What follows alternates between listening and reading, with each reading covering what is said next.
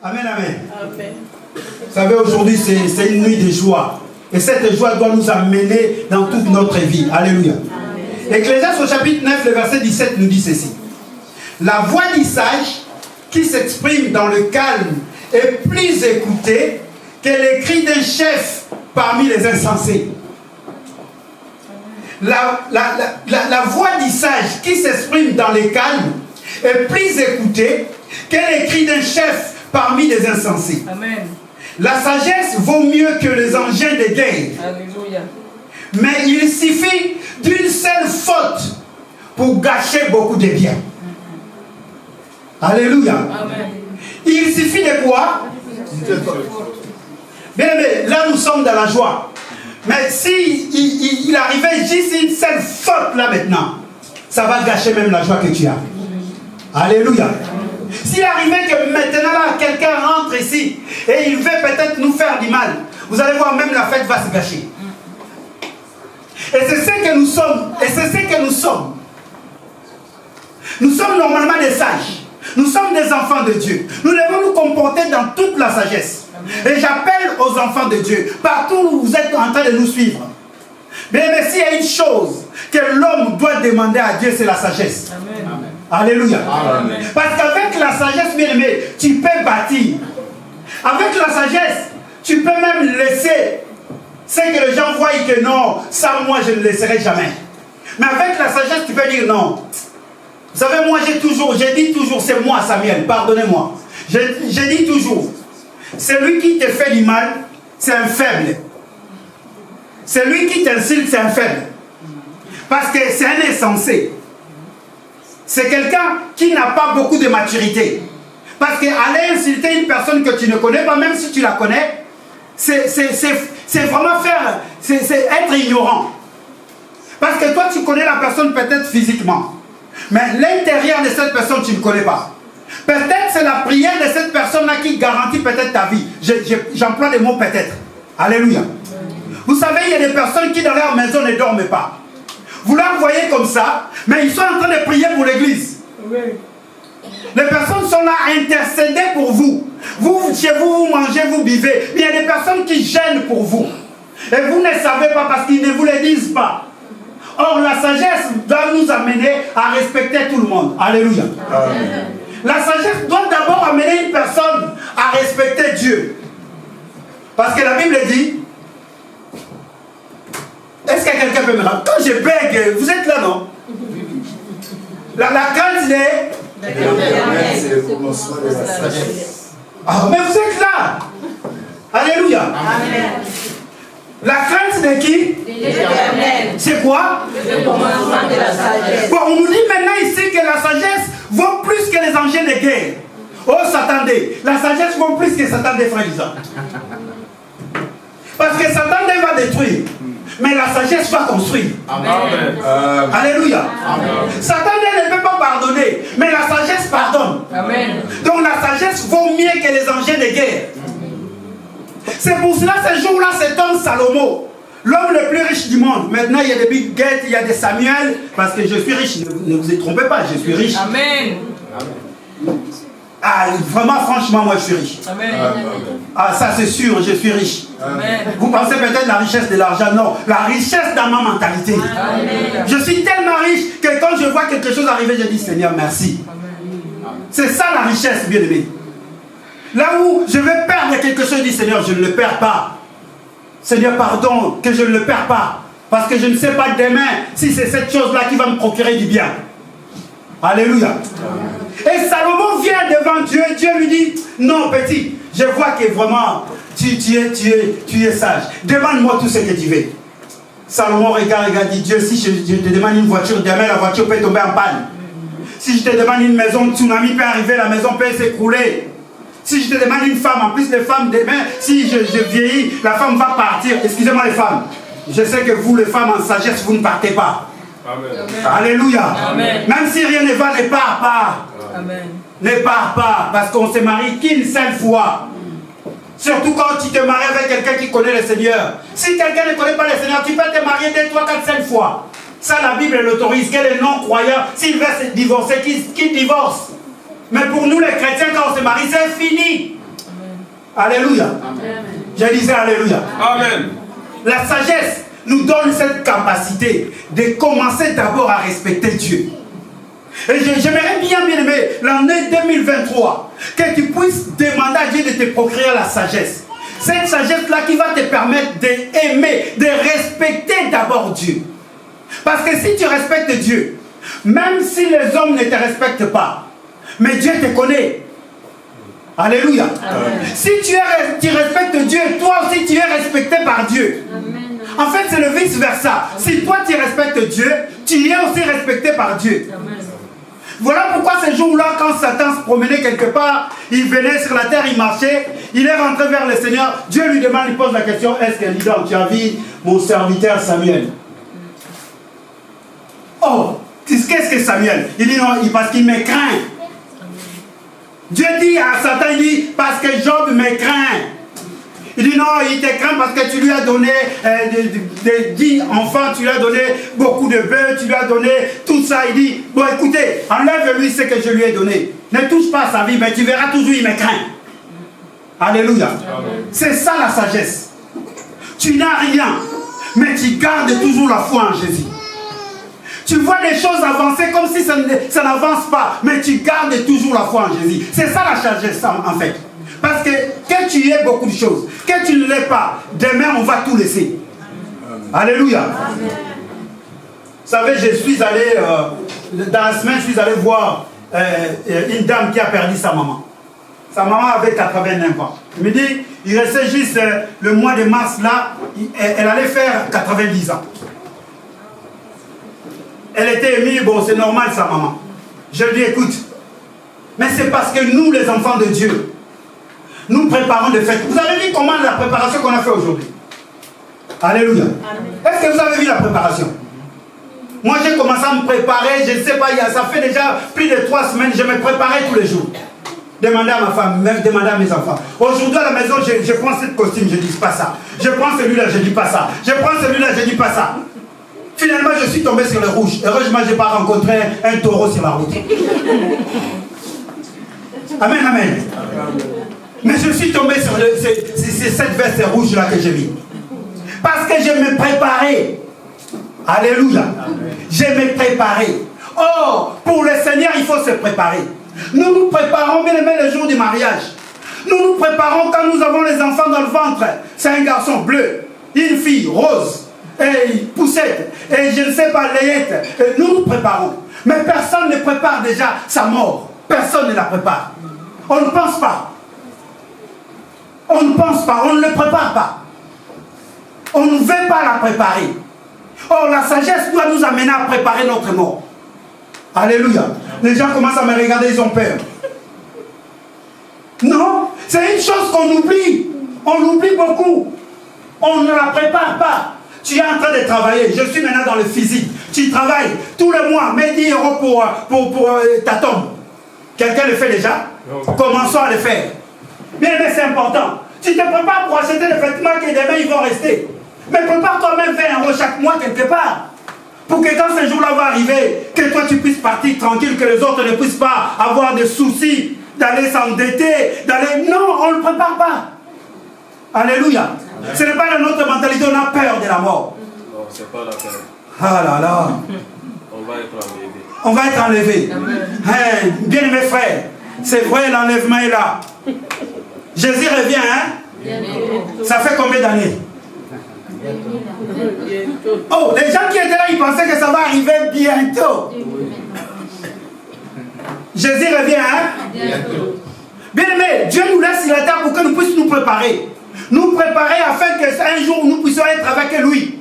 Quand je parle de la mort, oui, bien évidemment, il y a la mort physique, mais il y a aussi cette mort spirituelle. Alléluia. Est-ce que tu t'es déjà préparé? C'est ça le respect de l'Éternel. Et bientôt d'ailleurs, Jésus revient bientôt, frère Adolphe, merci. Bientôt là, personne ne le sait. Parce qu'un jour peut être égal à 1000 ans. Et 1000 ans peut être égal à un jour. Ce n'est pas moi qui le dis. C'est la Bible. Alors préparons-nous, bien-aimés. Je demande aux enfants, ayez du respect pour l'Éternel. Je demande aux parents, ayez du respect pour l'Éternel. C'est très capital. Parce que l'Éternel, c'est lui le seul. Quand on commence à craindre son nom, lui, il commence à nous procurer, il commence à nous garder, il commence... Non, Dieu est tellement bon. Il est tellement merveilleux. Vous rentrez à la maison, lisez le livre de Psaume 107. Là-bas, la Bible dit des choses merveilleuses. Des choses merveilleuses. À chaque fois que les personnes, ils étaient dans des situations difficiles, la Bible dit qu'ils crièrent à l'Éternel. Et l'Éternel envoyait sa parole. Et cette parole les guérissait. Amen. Alléluia. Amen. Très important. Ça, c'est la préparation. Est-ce que quelqu'un me comprend? Est-ce que quelqu'un là? Amen. Nous voulons fêter comme des hommes qui se préparent. Nous voulons rentrer 2023 en étant préparés.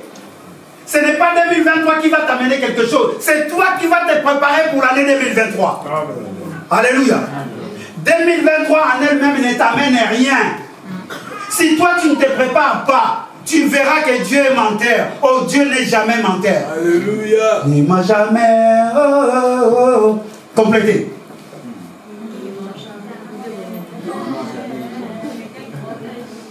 Et quel problème quoi?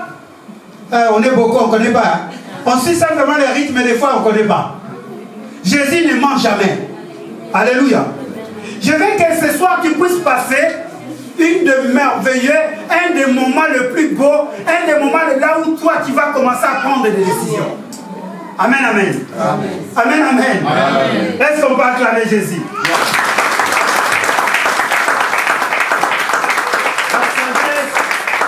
La sagesse, il vaut mieux que les engins de guerre. Pourquoi je vous dis ça? Bien aimé, parce qu'il y a une distance entre nous et Dieu. On doit respecter Dieu parce qu'il y a une distance. Est-ce que quelqu'un peut dire qu'il y a une distance? Non, entre nous et Dieu, il n'y a pas photo, comme les jeunes disent. Il n'y a pas photo. Aujourd'hui, nous pensons que Dieu, c'est notre garçon de course. Dieu, tu m'avais dit. Dieu, tu m'avais dit.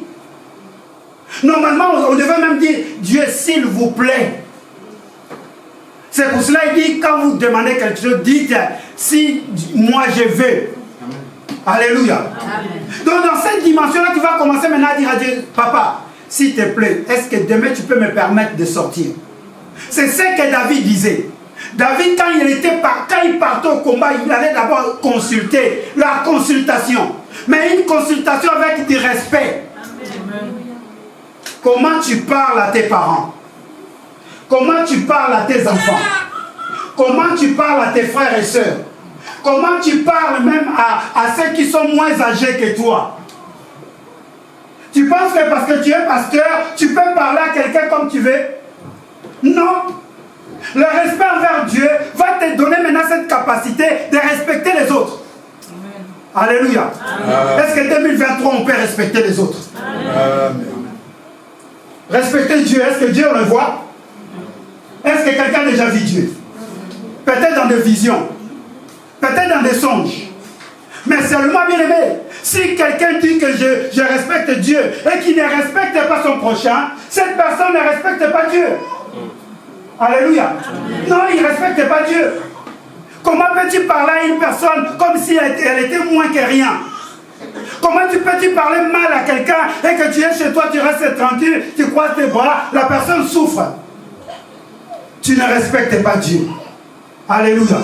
2023, le respect de Dieu. Quelqu'un peut dire le respect de Dieu? Non, quelqu'un peut dire le respect de Dieu. Je vais vous lire. C'est quelques... je ne sais pas verser, après je vais m'arrêter. Je ne vais même pas commander. Non, je ne vais plus. Parce que là, dans 2 minutes, il est moins 10. Moi, je vais m'arrêter à moins 10. Ecclésiaste chapitre 5. Le premier verset, moi je suis dans la version Semeur.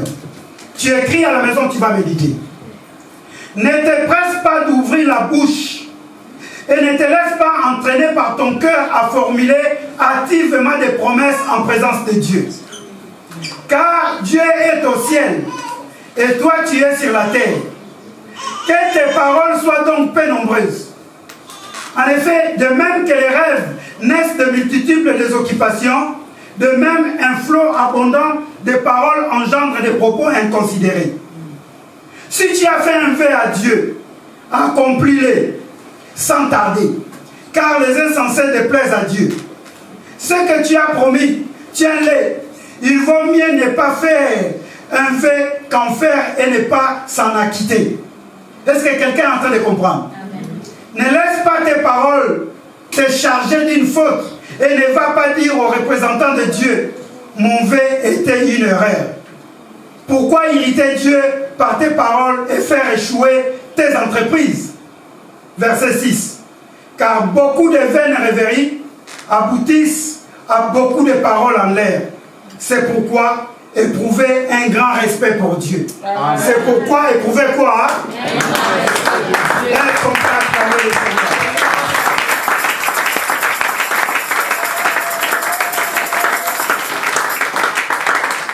Celui qui a des oreilles pour entendre, et celui qui a le cœur pour pratiquer. Moi, je finis. Je sais que tout à l'heure, tu vas faire des vœux. Mais si tu n'arriveras pas à t'en acquitter, ne fais pas. Parce que dans 2 minutes, là, on va faire des vœux. Mais si tu n'arriveras pas, ne fais pas un vœu. Ne retourne pas me voir en me disant, pasteur, le vœu que je fais, c'était une erreur. Non, non. Jamais d'erreur. Alléluia. Valida. Moi, j'ai fini. Oh.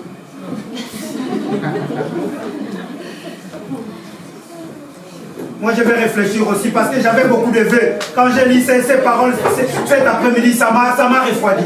Je ne dis pas qu'il ne faut pas faire de vœux. Hein? Est-ce qu'on peut acclamer les Seigneurs? Est-ce qu'on peut acclamer?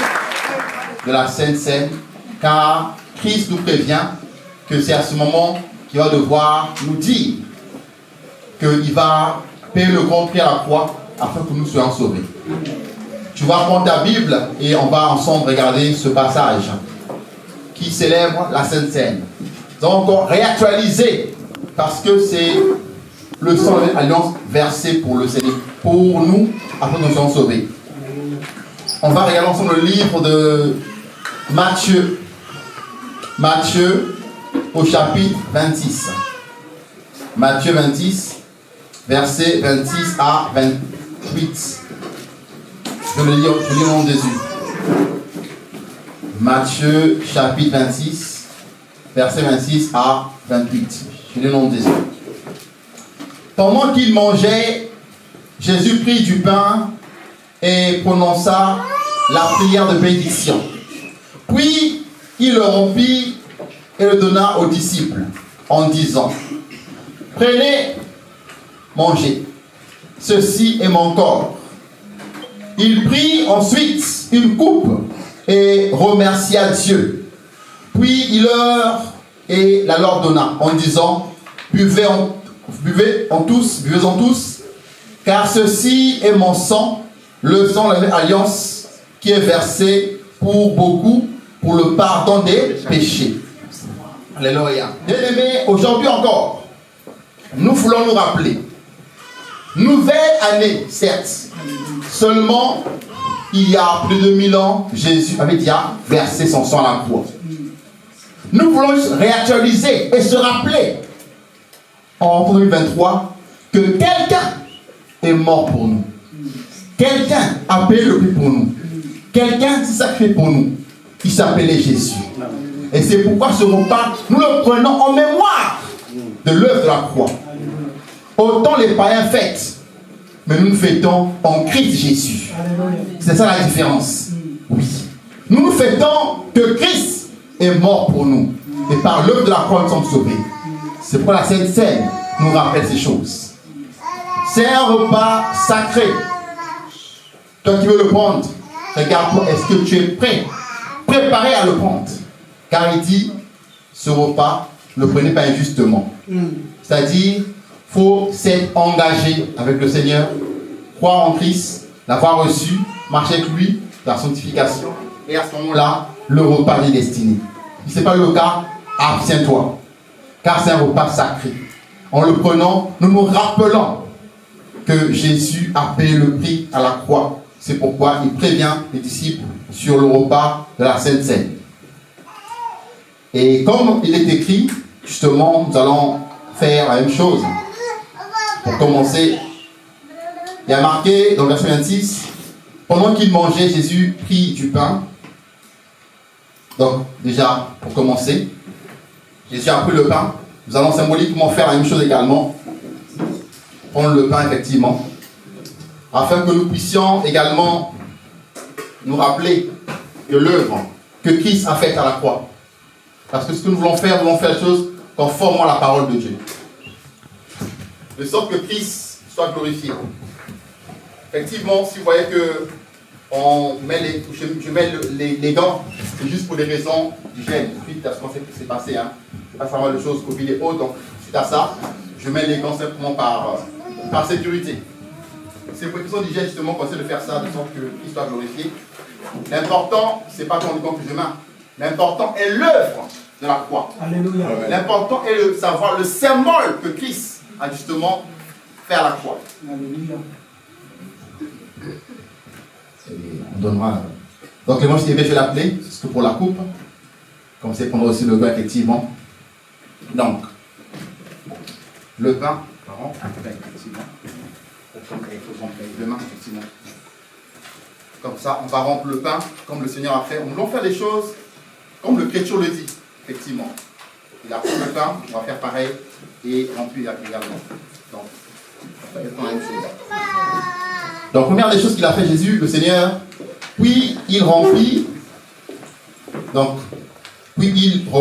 et donna à ses disciples. Donc, on va, première chose, rompre le pain. De sorte que, en prenant ce pain, nous nous rappelons que ce pain, c'est peu important. Ce qui importe, c'est que nous comprenons que ce pain rappelle simplement le corps de Christ. Le corps de Christ, c'est un symbole simplement. En prenant ce pain, rappelle-toi que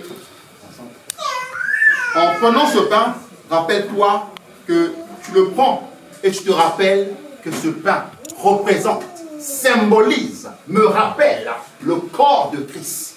C'est un pain, c'est un symbole, pas n'importe lequel. Un symbole sacré quand tu le prends. Donc quand tu le prends, comme l'a dit le pasteur, tu le prends avec révérence, avec respect du sacré. C'est pas Paul dit, ne le prenez pas indignement. Donc il remplit le pain, première des choses. De sorte que nous puissions effectivement, on dit l'écriture, remplir le pain. Le pain qui n'est que le corps de Christ qui remplit. Et également, le Seigneur, dans sa parole, a aussi pris la coupe. La coupe, on va laisser à l'évangéliste, justement, prendre la coupe. Il doit... Très bien. Impeccable. Donc, forcément, je vais demander au Jacques Émile, il va passer par. Ceux qui sont prêts pour la coupe, vont juste lever la main droite. Et après, l'évangéliste va prendre la coupe, effectivement.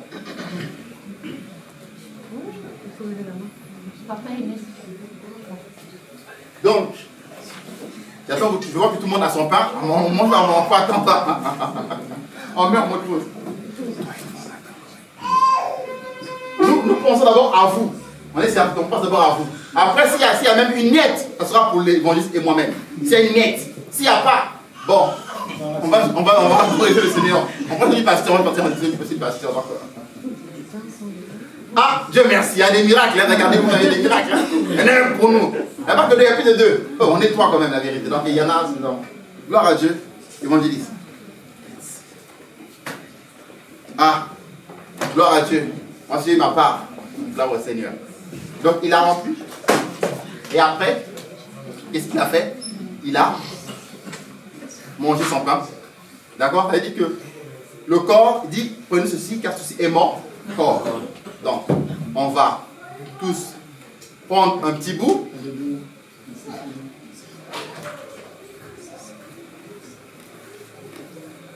Gloire au Seigneur.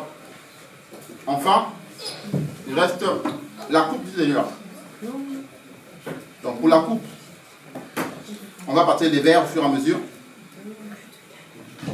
L'évangéliste va prier. La coupe symbolise le sang du Christ versé pour nous à la croix. Donc, les verres vont circuler. On donnera un petit verre à chacun. La coupe sera servie pour rappeler son de Christ versé à la croix, mon Golgotha. Et après, Vas-y, évangéliste. De même, après avoir soupé, il prit la coupe et dit, cette coupe est la nouvelle alliance à mon sang. Faites ceci en mémoire de moi, toutes les fois que vous en boirez. Seigneur Dieu, nous les sanctifions, car la Bible dit tout est sanctifié par la parole et la prière. Seigneur, nous les prenons, oh Dieu, en symbole, ô Dieu, de ton sang. Laisse qu'au Dieu, le vertu, Père de gloire, du sang de Jésus, Père de gloire, puisse, ô Père de gloire, ô Dieu, être attribué au travers de ce vin. Ceux qui l'empruntent là, ceux qui vont le prendre, Seigneur, ô Dieu, que les malades soient guéris.